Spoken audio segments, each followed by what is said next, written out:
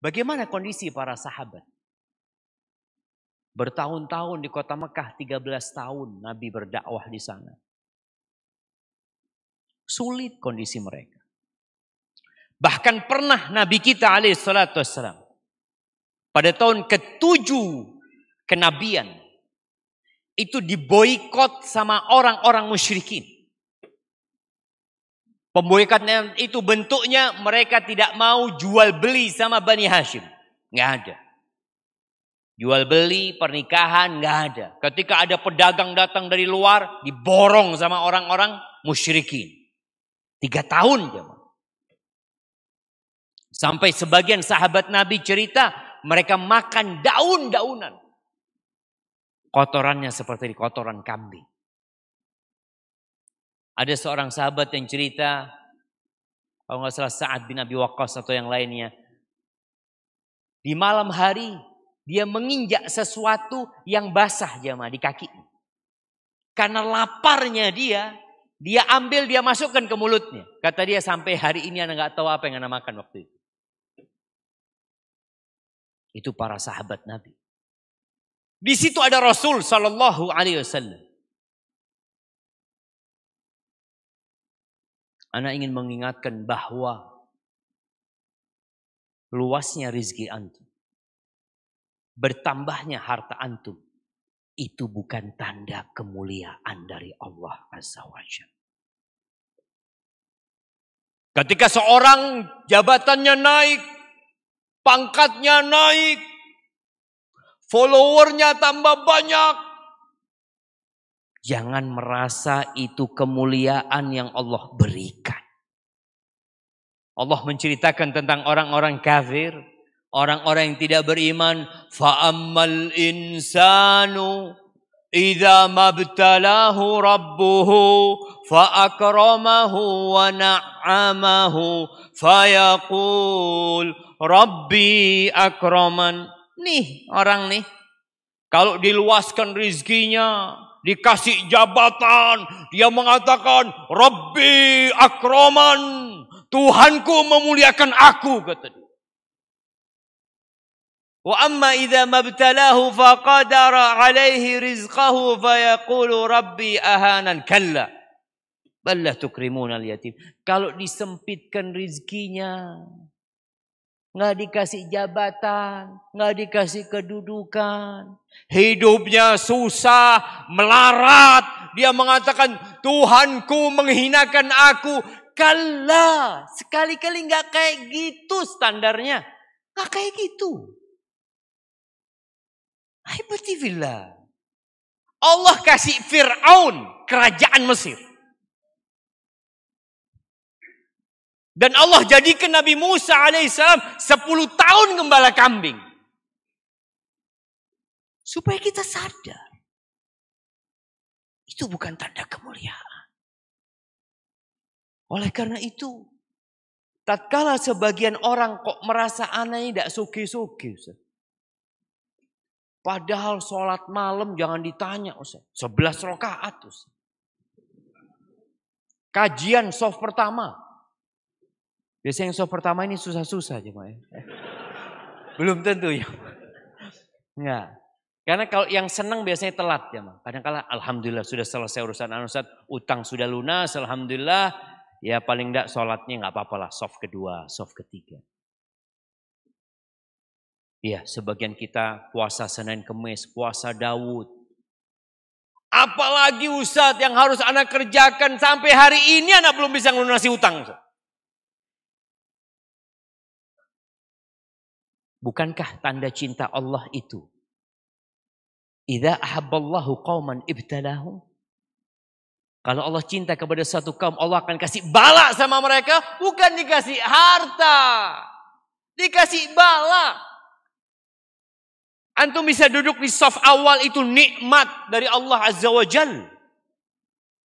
Disebutkan dalam sebuah kitab, ini mungkin kisah Israiliyat. Ketika Nabi Sulaiman, kita tahu Nabi Sulaiman kerajaannya tidak akan ada kerajaan kekuasaan yang dapat menandingi kerajaannya Nabi Sulaiman. Ketika Nabi Sulaiman lewat dengan pasukannya, yang pasukannya terdiri dari bangsa jin, manusia, burung-burung dari atas yang menaungin mereka. Ada seorang pendeta, ya pendeta dari kalangan Bani Israel. Dia ketika melihat kerajaan Nabi Sulaiman itu, dia mengatakan, laqad utiya ibnu Daud mulkan azima. Kata dia, ini anaknya Daud ini benar-benar telah dikasih kerajaan yang maha hebat, yang dahsyat sekali. Nabi Sulaiman dengar. Nabi Sulaiman tidak ingin ahli ibadah ini rusak ketika melihat harta.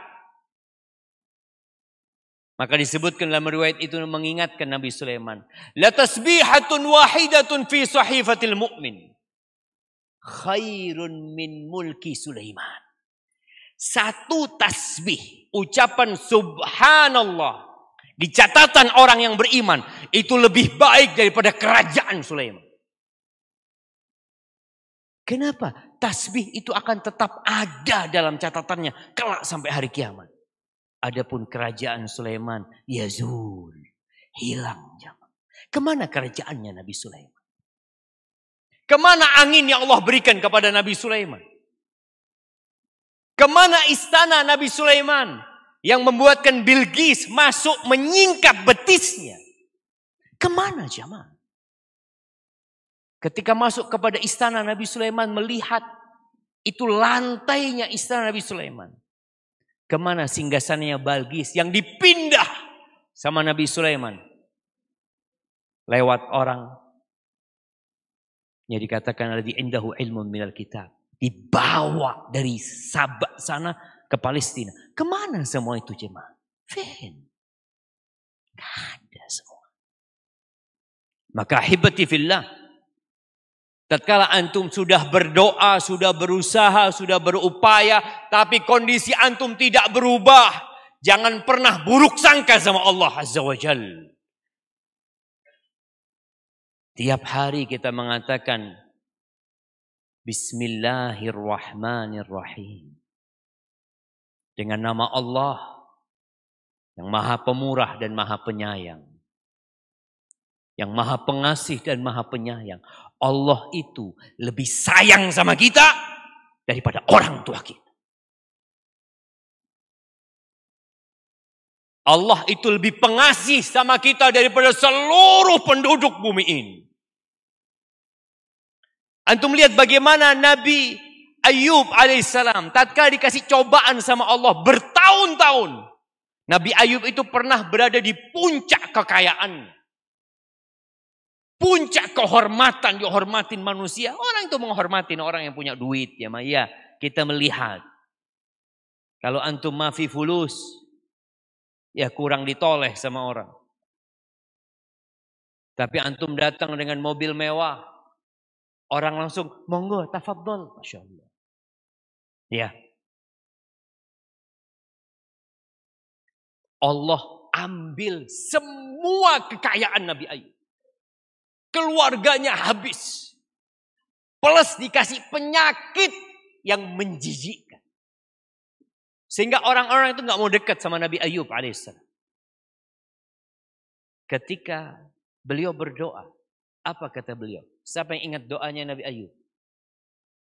Anak kasih hadiah. Jamaah. Masya Allah. Nah, kasih hadiahnya. Kok ganti bakpia? Masya Allah. Barakallahu fikum. Fadal, fadal. Allah Azza wa Jalla mengatakan wa ayyuba idnada rabbahu anni massani ad-dur wa anta arhamur rahimin. Bertahun-tahun Nabi Ayub ini sakit. Beberapa riwayat mengatakan 7 tahun sampai 18 tahun. Dia mengatakan, aku ini ditimpa penyakit ya Allah. Aku ditimpa keburukan ya Allah. Wa anta arhamur rahimin. Dan engkau adalah yang paling pengasih di antara yang mengasihi. Kita kadang-kala suudzon sama Allah. Karena kita merasa anak ini ibadah sudah benar ya Allah. Kurang apa? Banyak kurangnya kita. Dan boleh jadi Allah tidak melunasi utang antum. Supaya antum lebih banyak pahalanya. Boleh jadi ketika antum jadi orang kaya. Antum gak hadir di majelis ini. Kalaupun hadir, afwan Ustaz, anak online. Dulu soft pertama antum mau berkeringat. Enggak lagi. Bukankah sudah kehilangan banyak pahala? Orang itu melangkahkan kaki ke masjid ditulis pahala jamaah. Diangkat derajat, dihapuskan dosa. Duduk di majelis ilmu, menunggu sholat. Itu dianggap sholat. Antum harus berbaik sangka sama Allah Azza wa Jalla ketika kondisi antum tidak berubah. Dan para sahabat bertahun-tahun. Tapi ingat, Allah tidak pernah ingkar janji. Allah Azza wa Jalla berfirman di surat Asy-Syura ayat 27. Kata Allah, "Walau basatallahu rizqa li'ibadihi la baghaw fil ardh." Andai kata Allah Azza wa Jalla membentangkan rizki buat hamba-hambanya. Niscaya manusia itu akan melampaui batasnya. Akan melakukan kezaliman di muka bumi ini. Orang itu kalau miskin, beriman. Ya insya Allah pikirannya gak kemana-mana. Tapi kalau kaya beriman, cobaannya lebih berat. Andai kata semua orang itu dikasih rizki sesuai dengan kemauannya. Sebagian ahli tafsir mengatakan kalau rizki itu sesuai dengan antum. Antum maunya apa dikasih. Kira-kira apa yang akan terjadi di muka bumi ini? Kerusakan. Kata Allah, walakin yunazzilu biqadarin ma yasha. Tapi Allah yang ngatur rizki itu. Diatur antum rizkinya. Ya gajinya cuma sehari 70.000. Fulan 200.000. Fulan lagi ada yang 500.000. Ada yang 1.000.000 sehari? Ada. Siapa yang mengatur itu? Allah Jalla Jalaluhu yang mengatur itu. Kemudian kata Allah, innahu bi'ibadihi khabirun basir. Sesungguhnya Allah dengan hamba-hambanya itu maha mengetahui dengan detail yang pantas buat antum itu apa. Jadi orang kaya apa jadi orang miskin. Allah maha melihat. Jadi usaha antum, pekerjaan antum, doa-doa antum, ratapan antum, munajat antum. Dilihat sama Allah Azza wa Jalla. Tapi Allah lebih tahu yang baik buat kita itu yang mana.